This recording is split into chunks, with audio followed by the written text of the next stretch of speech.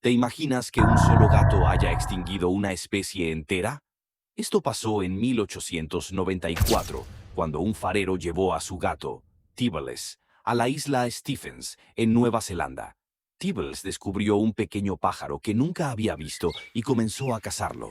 Pero lo que no sabía era que esa especie solo vivía en esa isla, y él estaba acabando con los últimos que quedaban.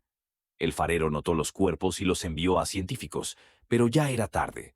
El chochín de Stephens se extinguió en cuestión de meses. Este caso sigue siendo uno de los ejemplos más impactantes de cómo un solo animal puede cambiar un ecosistema entero. ¿Crees que los gatos deberían estar más controlados en la naturaleza? Déjamelo en los comentarios y sígueme para más historias sorprendentes.